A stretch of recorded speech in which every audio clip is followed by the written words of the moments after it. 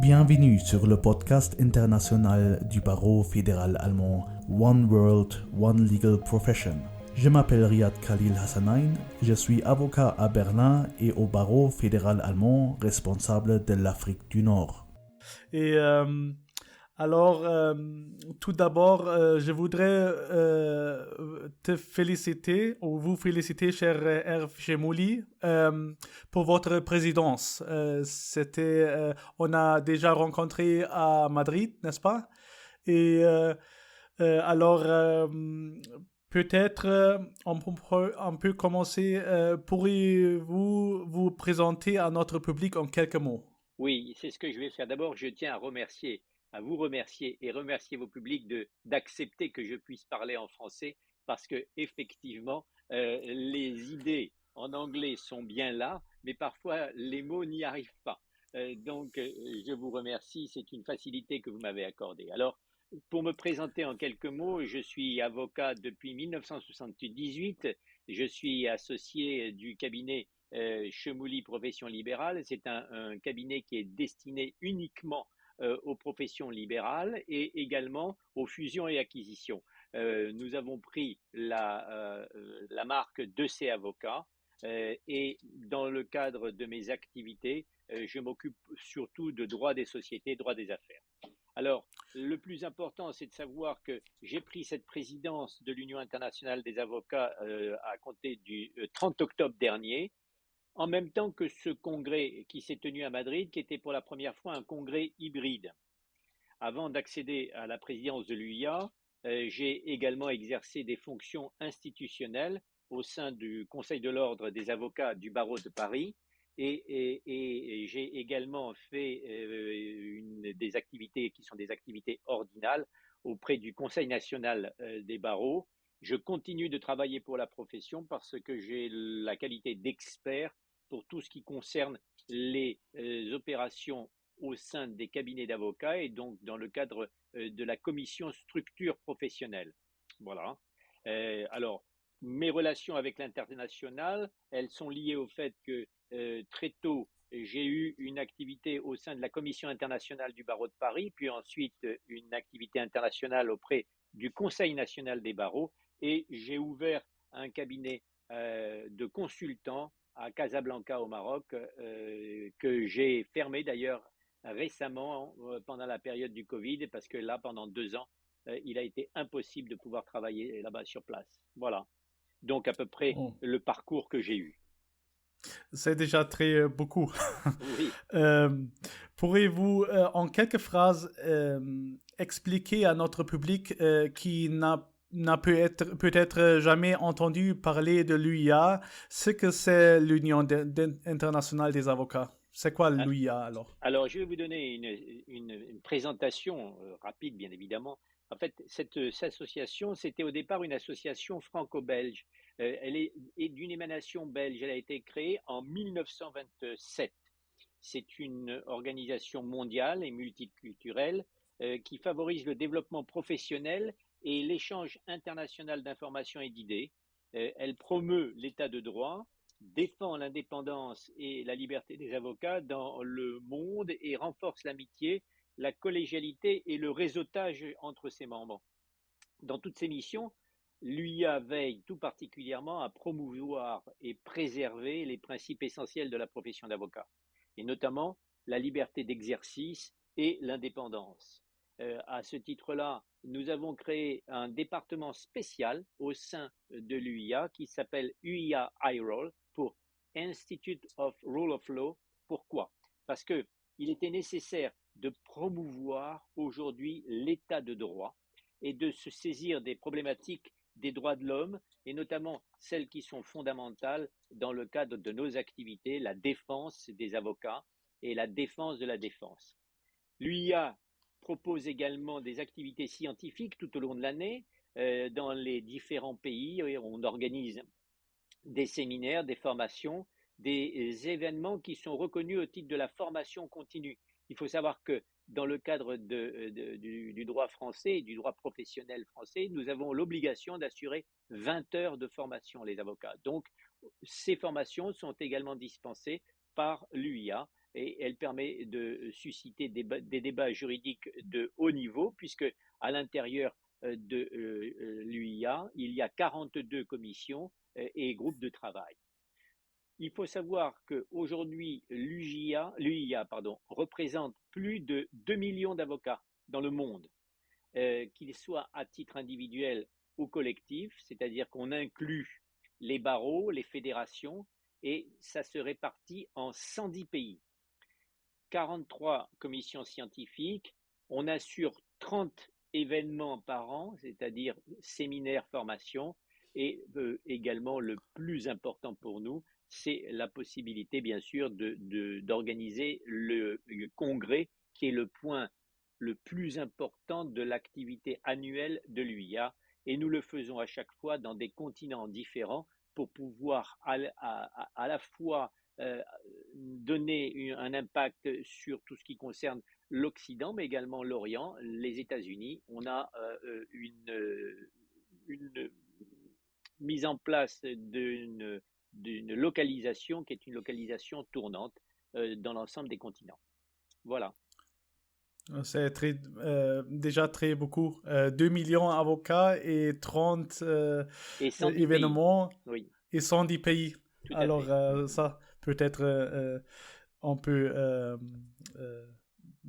il ne faut pas oublier. C'est très beaucoup.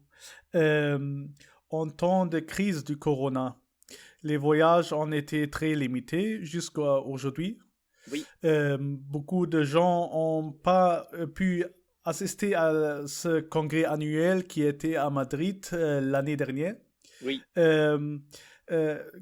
Qu'attendez-vous, Monsieur le Président, de l'avenir de la profession de d'avocat? La situation pandémique va-t-elle continuer ou voyez-vous un signe de fin?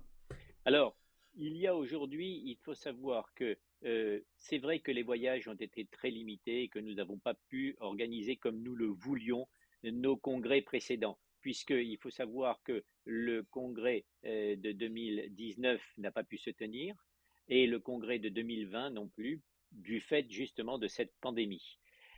Néanmoins, il faut savoir que le congrès qui a été organisé à Madrid a quand même permis de réunir 600 participants. Au lieu des 1000 habituels, ça s'était réparti à peu près sur 66 pays qui ont été représentés. On a été satisfait du résultat et il y avait une réelle envie de la part de la profession de pouvoir nous réunir. Et c'est important, ces échanges sont fondamentaux. D'ailleurs, oui. En 2022, durant cette année qui commence, il a été prévu d'organiser plusieurs séminaires et plusieurs réunions, mais avec nos membres présents. On a besoin de créer ce lien qui existe et qui est nécessaire pour pouvoir maintenir l'activité. Alors, par contre, la place du virtuel a été aussi quelque chose d'important parce qu'elle nous a permis de démontrer qu'il y avait une nécessité pour les avocats de prévoir un autre moyen de réunion, de prévoir une autre façon d'organiser ces réunions et notamment de pouvoir utiliser les outils télématiques qui jusqu'à présent n'étaient pas utilisés. C'est vrai que lorsqu'on fait la comparaison de la pandémie avec ce qui s'est passé avant, on a fait des séminaires en Afrique du Sud, on a fait des séminaires qui étaient à Kuala Lumpur, des réunions officielles. C'est bien pour les relations que l'on peut créer sur place, mais d'un autre côté, l'impact carbone est énorme parce que nous nous déplaçons si loin pour même pas une semaine. Généralement, ce sont des déplacements de 4 jours. Je crois que ce format-là va être en fait modifié.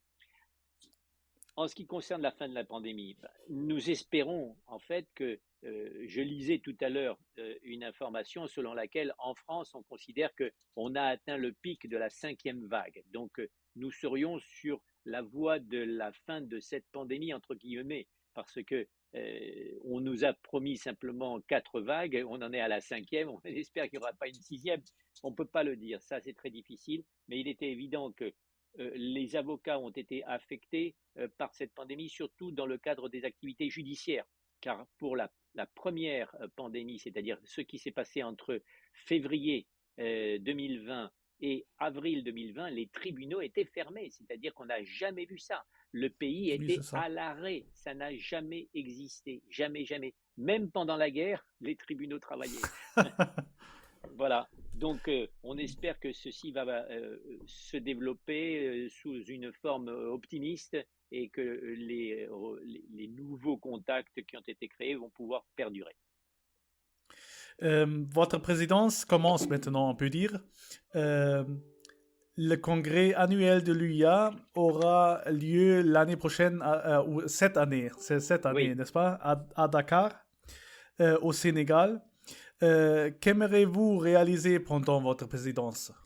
Alors, il y a effectivement des challenges qui vont être importants, mais la durée du mandat est relativement courte puisqu'elle n'est que de 1 an. L'important pour moi, c'est d'abord de renforcer le multiculturalisme de l'association. Euh, Nous avons une faculté qui est de pouvoir faire dialoguer les deux systèmes du droit continental et de la common law. Pour nous, c'est déjà très important. Il y a également la nécessité de la mise en place du think tank qui va être consacré à l'efficacité et à la performance de nos systèmes judiciaires.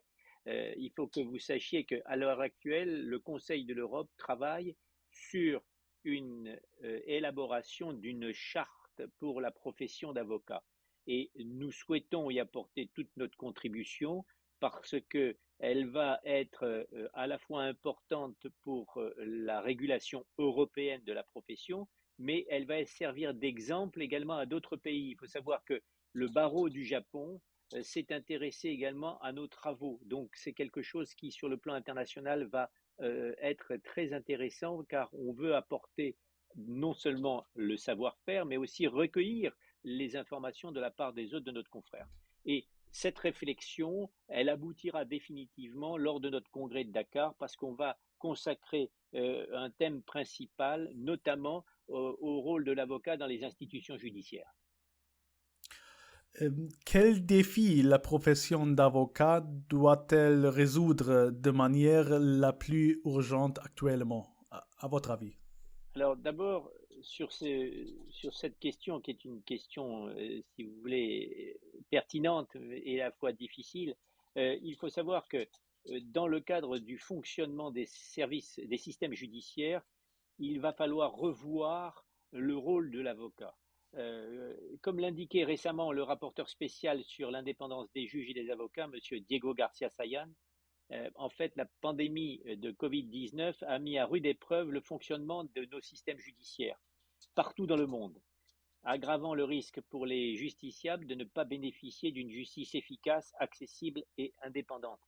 C'est un point qui est le plus important pour nous et de pouvoir résoudre les défaillances structurelles.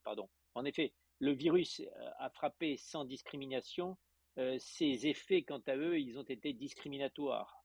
On le sait, ils ont été plus ou moins graves selon les pays et ils ont permis de mettre en évidence des défaillances structurelles plus ou moins profondes selon les pays et selon les systèmes judiciaires. On s'est aperçu aussi que parmi les défis, il y a une montée de l'autoritarisme dans plusieurs régions du monde, notamment Asie, Amérique latine, mais également en Europe. Il y a eu, par l'effet de la crise, des attaques contre l'indépendance de la justice et même dans des systèmes démocratiques, la remise en cause des principes fondamentaux de la profession d'avocat. La projection que nous entendons faire au sein de l'UIA, c'est en fait, après la période de crise et de ces périodes de réponse d'urgence, il était nécessaire de faire un bilan et de se projeter dans le futur. Notamment, l'UIA entend entamer une réflexion compréhensive et ouverte sur l'efficacité, la robustesse et la pertinence de nos systèmes judiciaires. La crise sanitaire a également accéléré la digitalisation de la profession d'avocat, qui était d'ailleurs plus réservée sur ce point.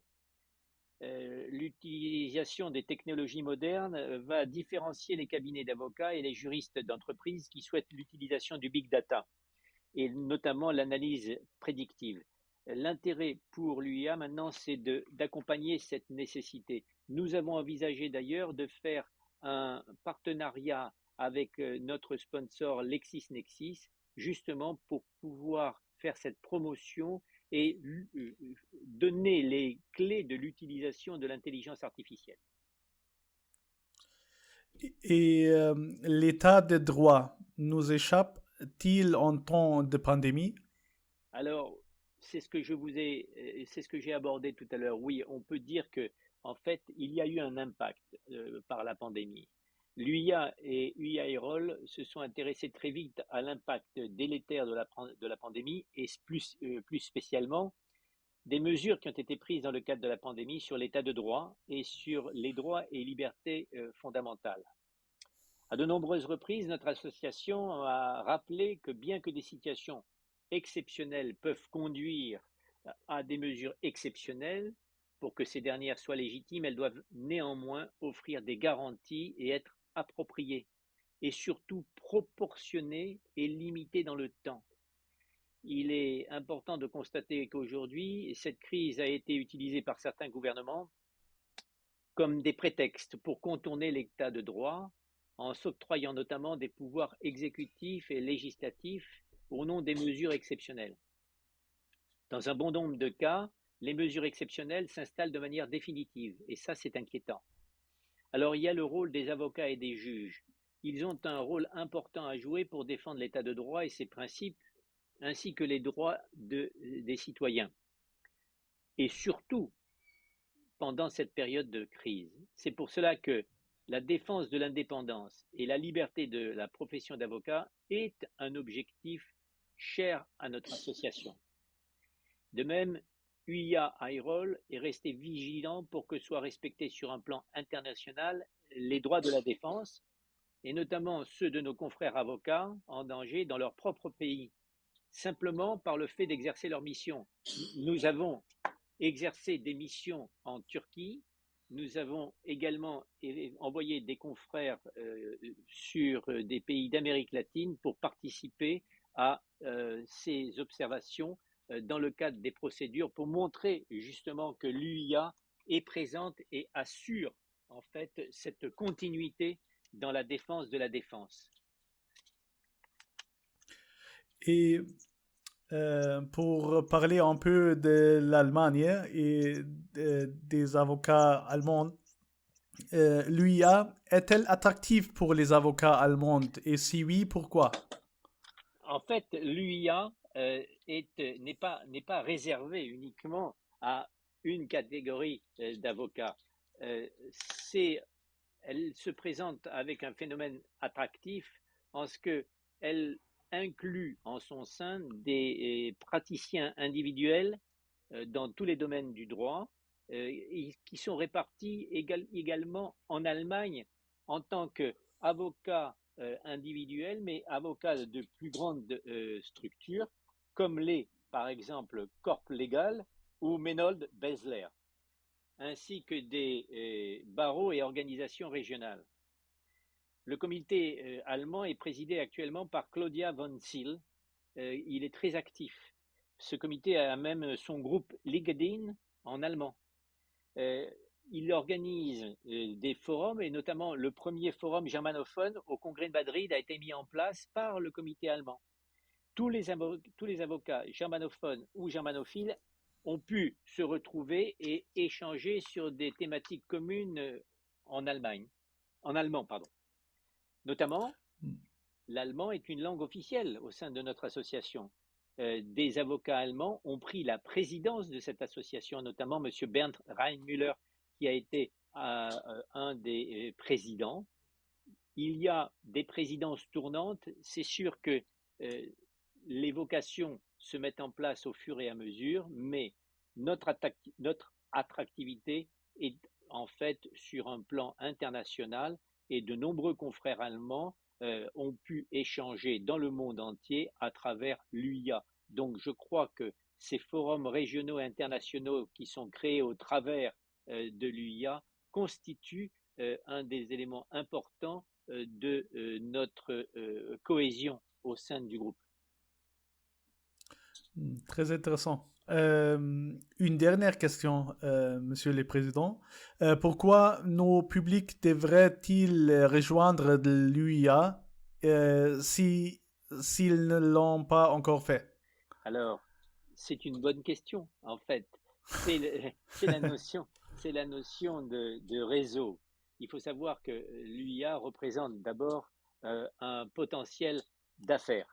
Après 2 ans de pandémie et des périodes de confinement successives, certains avocats ont souffert, comme d'autres professions, économiquement. Je pense particulièrement aux jeunes qui se sont récemment lancés dans la profession. L'UIA apporte à ses avocats un réseau pouvant déboucher sur de nombreuses opportunités d'affaires.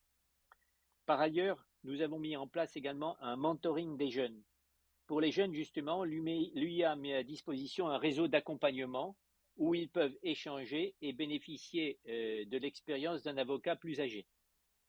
Il y a aussi la formation professionnelle. Beaucoup de nouveautés dans la profession, dans des domaines différents qui ont été impactés par le Covid, notamment le droit des contrats, le droit de la santé, le droit des assurances. Et pour ce faire, il y a un besoin de formation de la part de nos membres. Et là aussi, l'UIA apporte à travers ces séminaires et notamment à travers ces événements, soit en présentiel, soit en virtuel, les moyens de pouvoir se former. 30 événements par an, c'est quand même relativement important. Et il y a également, le dernier point, c'est le maintien d'un lien tiré après 2 années de pandémie. Les confrères, comme toutes les personnes, ont besoin de pouvoir se rencontrer, échanger, sortir de l'isolement. Et pour ce faire, la présence à nos séminaires et surtout à notre congrès est un élément important de cette cohésion que j'ai déjà rappelé tout à l'heure. Il y a un défi au sein de la mondialisation. Tout ce que je peux leur dire à ces jeunes avocats et à tout public, c'est de venir nous rejoindre. Nous sommes là pour les accueillir. Voilà. Un bon dernier mot. Monsieur Chemouli, je vous remercie de nous avoir accordé cet entretien. Merci beaucoup.